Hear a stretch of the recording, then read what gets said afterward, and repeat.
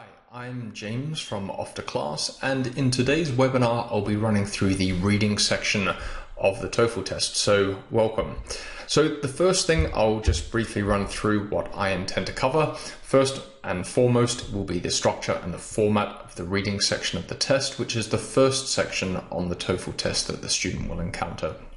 Secondly, I'll run through the types of texts and the organizational styles. Organizational style relates to how the author introduces information in the text. Next, I'll run through the 10 different question types that the student will encounter. Some may require a little more concentration on the part of the student to achieve. Then we'll be looking briefly at linking and transition words and their importance. It's important that the student can both recognize and use them throughout the different sections of the text. Scanning and searching for context clues is an important skill to have in the reading section, as is the ability to point out or note down the main ideas and topic sentences in the reading passages. And finally, I'm going to make a couple of comments on why it's probably too late to be teaching lists of academic vocabulary to your TOEFL student. Okay, so first, the reading section is the first section on the test. It's just before the listening section. It will last between an hour and 100 minutes. The reason for this is that there may be either 3 or 5 texts which the student must answer questions about, and ETS, the company that administers the TOEFL test, sometimes includes either extra reading passages or, in the listening section, listening texts that the student must answer, but which will be used for ETS's own testing purposes.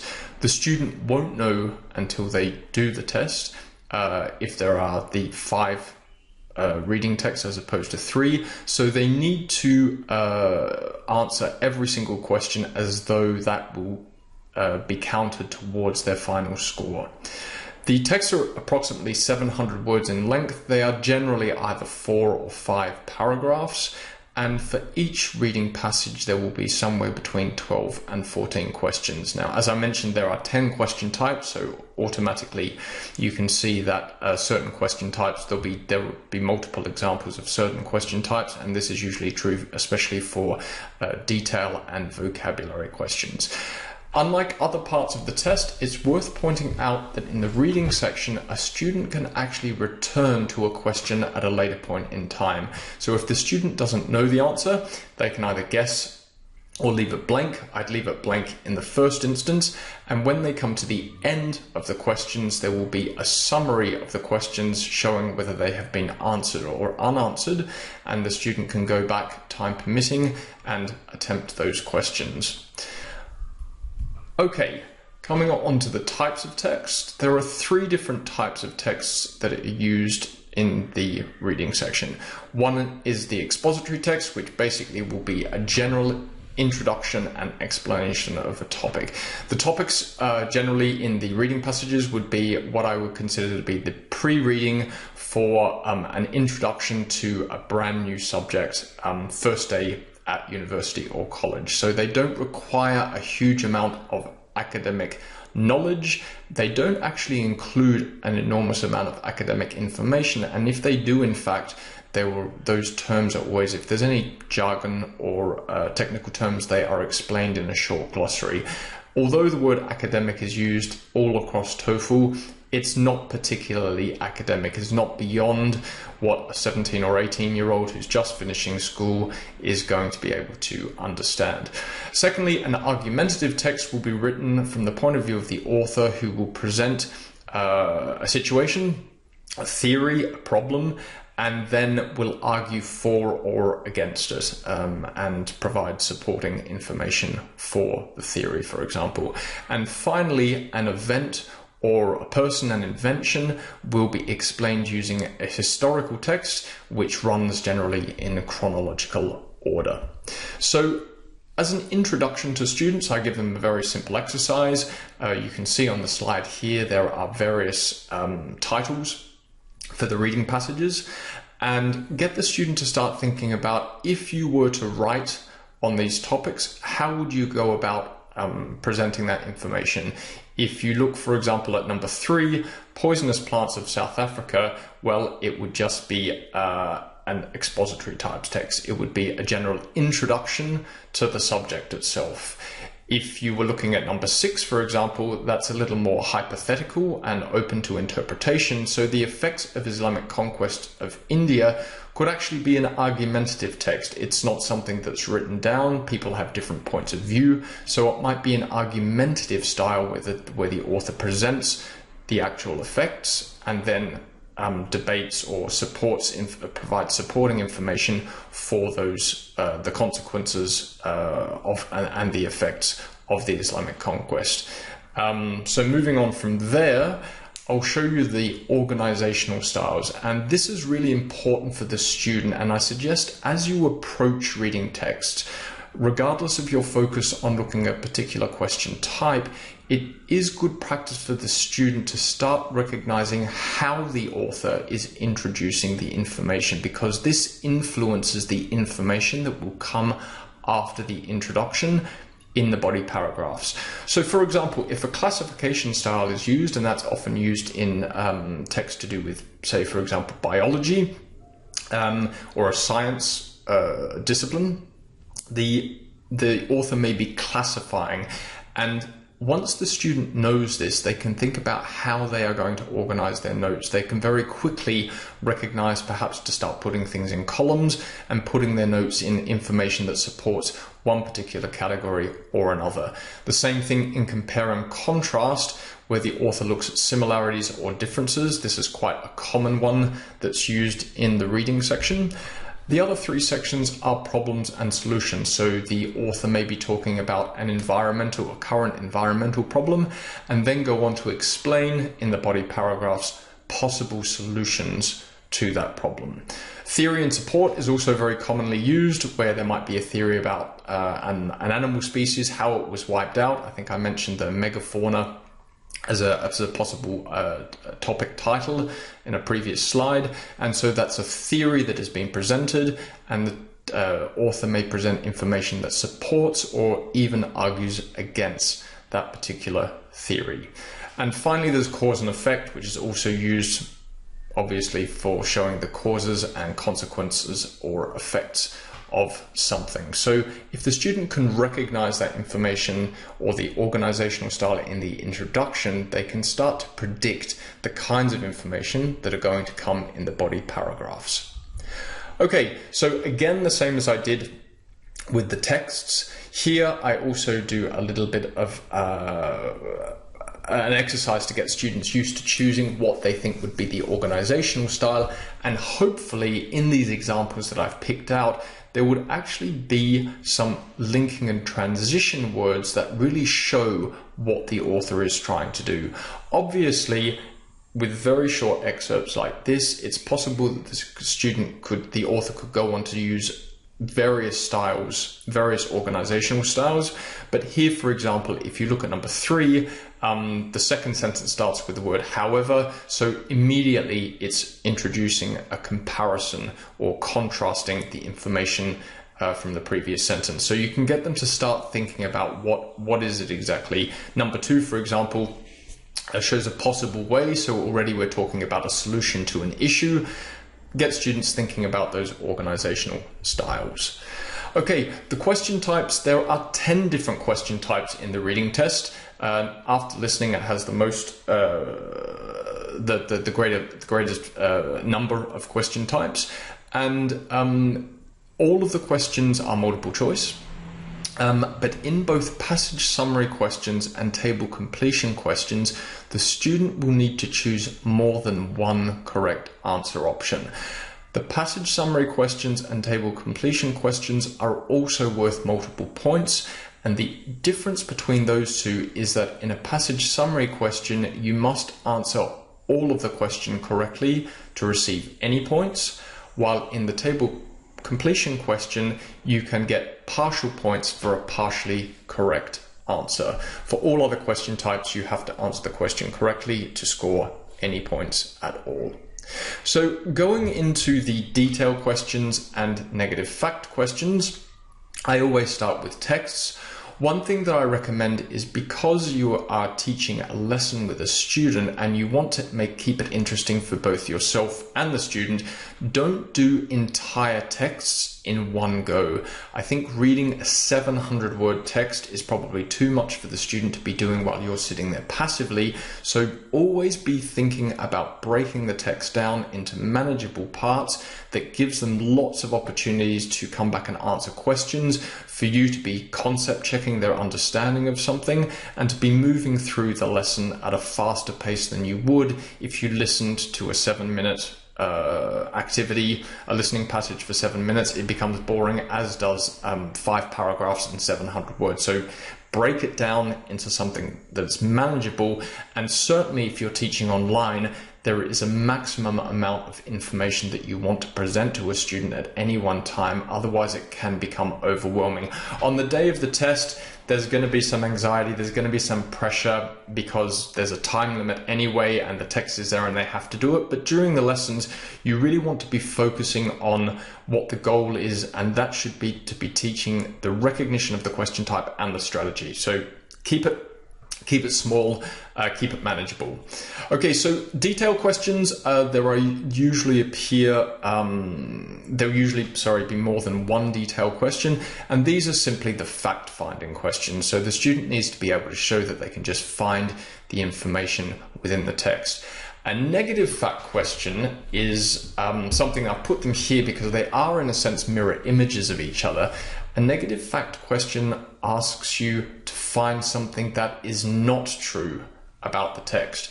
And if I go to the examples here, you can see on the left-hand side, the detailed question will normally ask you to find something that's true in the text, while you can see the capitalized word not in the question on the right is a negative fact question. So three of the answer options will be facts that can be found in the text, but will no doubt be paraphrased, while the correct answer is the answer option that is false, that presents information that is not present in the text. And so negative fact questions will generally take longer for the student to find, because they have to first look for the 3 pieces of information that they can actually find in the text, and those are the ones that are eliminated. Going on to vocabulary questions and reference questions. Vocabulary questions can be a little bit stressful for students, because some students feel they need to know every piece of vocabulary as they work through a text. And indeed, it is a teaching style that lots of teachers are guilty of. I don't believe that vocabulary is something that you should teach. And the reason is that even as native speakers, we always have recourse to a thesaurus or a dictionary as we're reading texts that are perhaps outside the areas that we would normally read in. And so vocabulary questions are written in a very clever way and are given, they're highlighted in the text first of all, but the most important thing is that context clues are given in the text itself to assist the student to find, by looking at the words and sentences that surround the highlighted word, what the meaning is. And remembering that English words often have multiple meanings, especially verbs, you need to find another another instance of that verb or explanation of that verb within the text itself. And that normally just means searching around and looking for context clues. So teaching vocabulary kind of as a standalone doesn't really work, because none of us have the memory to remember long lists of academic vocabulary in context when we just come to a passage. It's something that takes a long time to learn. Reference questions focus on generally a pronoun, possibly a determiner, and you can see in the second to last line of the first paragraph, the word its is also highlighted. And if I now go to the sample questions, you can see on the left-hand side, it's pretty straightforward, the word encouraged. And here you would need to go back to the text and look at the explanation or the information that's presented before and after to actually find, excuse me, the meaning as it's used here. On the right-hand side is the reference question. Here you've got a pronoun, and the student simply needs to look at the answer options and go back and place those answer options where the pronoun appears, and then see if it still makes sense within the context of the sentence. Sometimes you will also need to look for gender and number. The difference between he and she may be important, and it's usually based around pronouns and determiners. There may also be a noun phrase where they're looking at one or two words, two or three words that they have to look for as a reference. Next, moving on to function questions and inference questions. These can be a little bit time consuming. Function is all about why. Why has not what is the author saying, but why is the author putting this in? And there are a multitude of reasons that we write a particular sentence and supply information. It might be to make a point stronger, to disagree with something, to provide an example. There are multiple reasons, multiple functions. And so when the student sees a function question, they need to think about, why is the author writing this here? And usually after the sentence that they've just read. Often introduced by linking and transition words. And also there is a fairly watertight rule for recognizing a function question, and I'll show you on the next slide. The answer options generally start with an infinitive. And require the student to and inference questions require the student to draw a conclusion. The answer to an inference question is never directly stated or never stated explicitly in the text. It's the answer that is most likely given the information presented. So here's an example of a function question on the left-hand side. And why does the author mention a particular thing in the text?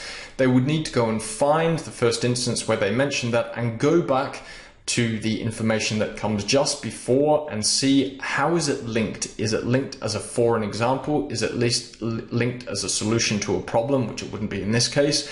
Why has the author gone and provided this information? And you can see here it's quite easy that the answer options all contain either an infinitive or sometimes a bare infinitive.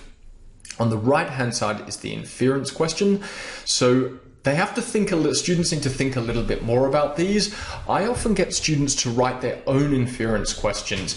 What assumptions can we make about the writer themselves? And one way that you can do this is to think about the dialogues that we have in our everyday life. We often don't want to speak the direct truth, because we don't know it, whether we're trying to hide something. Politicians are great for looking at inferred speech. Without having to say something directly, they're alluding to it. And we often do this when we have to maybe say the truth without getting somebody else into trouble, when we want to give some information without putting any blame on ourselves. We often infer we often infer something. So getting students to write their own inference questions by providing a text can be a very good way for them to learn how to find the inference in the actual text themselves. Next, we've got the sentence summary and text insertion questions. So here, if you have a look, there's a paragraph about the planet Mars, and the final sentence is in bold. It will be highlighted in grey on the day of the test. So a sentence summary question asks the student to then have a look at 4 answer options. Those 4 answer options will summarize and indeed paraphrase that sentence, and the student needs to pick the one that summarizes the essential information. These sentences are always long and contain multiple punctuation points. So be prepared to go through paraphrasing as a skill building exercise, because paraphrasing will really assist students to look for words, to look for other examples of expressing the same information but in different words. In a text insertion question, what you will see, first of all, I'll show you the sentence summary question. So you can see here it's about the essential information. These answers all look quite similar, but what you do need to pull out is those that actually contradict information in the test. So they might introduce an answer option that uses the exact wording from the text, except it has been written in a negative form, so immediately it's the wrong answer. And often they can play with the passive voice here. So be aware of passive voice that is used to change the meaning of the sentence summary options. The text insertion question, I showed you the text previously about Mars. This is the same one here, except it's been loaded as a text insertion. In the test, they will see the 4 black squares, but the resources that I've created here, I've also written the options in from A to D. They won't appear in the test itself. And indeed, on the day of the test, when the student has to insert this sentence, it was hoped that scientific study, etc., when they click on the options, if they click on any of those black boxes, the sentence will be automatically inserted and the student is able to then read the sentence in context. Unfortunately, I haven't been able to reproduce this here, don't have the functionality, but this should be enough to get them going, thinking about the linking words and information that comes before that allows this sentence to actually appear after. That's the text insertion question. We've got the passage summary questions, and I mentioned at the very beginning that the passage summary questions, you're required to choose all of the correct options to score any points in this question. And it does require you to look at an entire text. You can break this down, I think, into something that's manageable. I don't think that getting a student to read 700 words and then asking the question is the best way to attempt it, because you want to be looking at different texts as well. So you can create your own resources that look at that have a passage summary question using a smaller amount of text. One thing I need to point out is passage summary questions are all about main ideas and topic sentences. So any text that you use for a passage summary, just make sure that it has a very clear main idea and then the topic sentences that will come after that. You want students, and this is just good practice in general, reading any text, how would you summarize the passage in 4 sentences? What's the topic and what are the 3 points, the 3 main points that come in after that?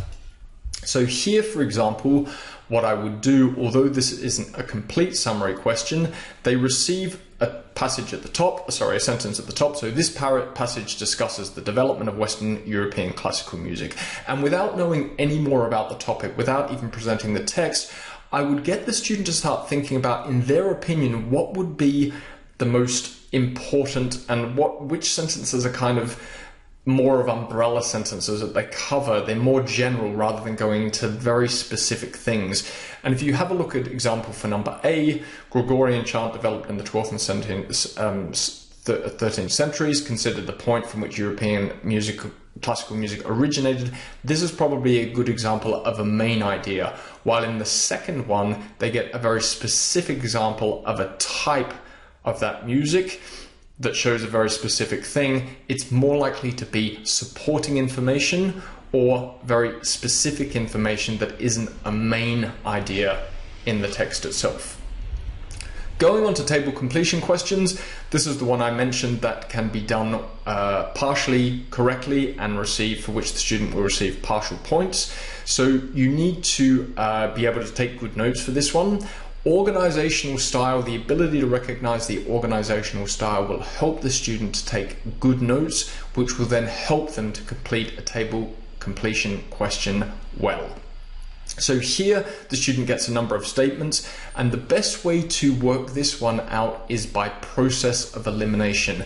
So from the 7 statements, for example, in the question here, that the student can then go back and find, first of all, is that information presented in the text? If it is, it stays. If it isn't, it's eliminated immediately. They can then bring it down to the number that they need to use anyway in the answer and go back and find the category to which that particular answer option applies and then mark it accordingly in the box. They're not always, although it's called table completion, they don't really look like tables. They're just bullet points, and the student will click and drag, and they can remove them if they want to change it around. They click and drag the answer options into the place in the table. Okay, I also want to point out again the importance of linking and transition words. On our website, we've got 10 lessons that deal with linking and transition words, words to do with sequence, to do with comparing and contrasting, for showing reason, cause and effect. And these are all really good words to understand, not only doing the reading section, but also for writing. These are incredibly important for the writing section, and also are looked for by the examiners because they help show a logical, coherent flow and delivery of information. So I often introduce texts. This also helps with function. In this text, you can see that I've highlighted most of the linking and transition words, and I would ask the student, what is the reason, or why has the author used the linking and transition word? And this really helps to show whether it's supporting, to make, what the function is. Is it to support the information? Is it to hammer home a point? Is it to emphasize something? Is it to argue against or contrast something? And these are really important. While I said at the beginning of the webinar that I don't teach vocabulary or grammar combined with TOEFL, I do make an exception for linking and transition words. They are important in every section of the test. So just highlighting those again. Another thing, another skill that is useful for students sitting all parts of the test, but particularly reading, is using context clues. And we looked at the vocabulary question before around the word encouraged. And you can see, for example, in the paragraph, a bounty scheme is introduced. A student may not know what a bounty scheme is, but they know that it encourages the removal of something. And in the following sentence, you can see I've got red circles around. Not only was it encouraged, and you are offering something. So hopefully these words, there was a scheme in place, it was encouraged, and if you did it, you were offered something. This is enough using context clues to get the student to make an educated guess at the correct answer option, particularly important for vocabulary questions. And at the end of it, teaching vocabulary, students will often feel that they need to learn a lot of academic vocabulary before the test. And I think there are several reasons that you shouldn't do it. There are a lot of resources available in bookstores that seem to be doing the right thing and show the 500 most used academic words in the TOEFL test. If you have an enormous amount of time, then go ahead and do it. But I do not believe that cramming vocabulary lists is really particularly helpful, unless you can then take them from your passive to active understanding through writing and active reading. It really seems like students actually become more nervous about things they don't know about, and none of us know all of the English vocabulary. It's something that we're learning all the time and that we only understand often in context anyway. So I would avoid teaching vocabulary lists in isolation. It's a lifelong exercise, and your goal should be to teach them the structure and the format of the test before anything else. So that brings us to the end of this webinar. I'll just remind you that we have on the website, the Off2Class website, you can go into our blog, and we have other webinars for the other sections, writing, listening, and speaking. And you're welcome to get back to us at Off2Class if you have any questions. Thanks for watching.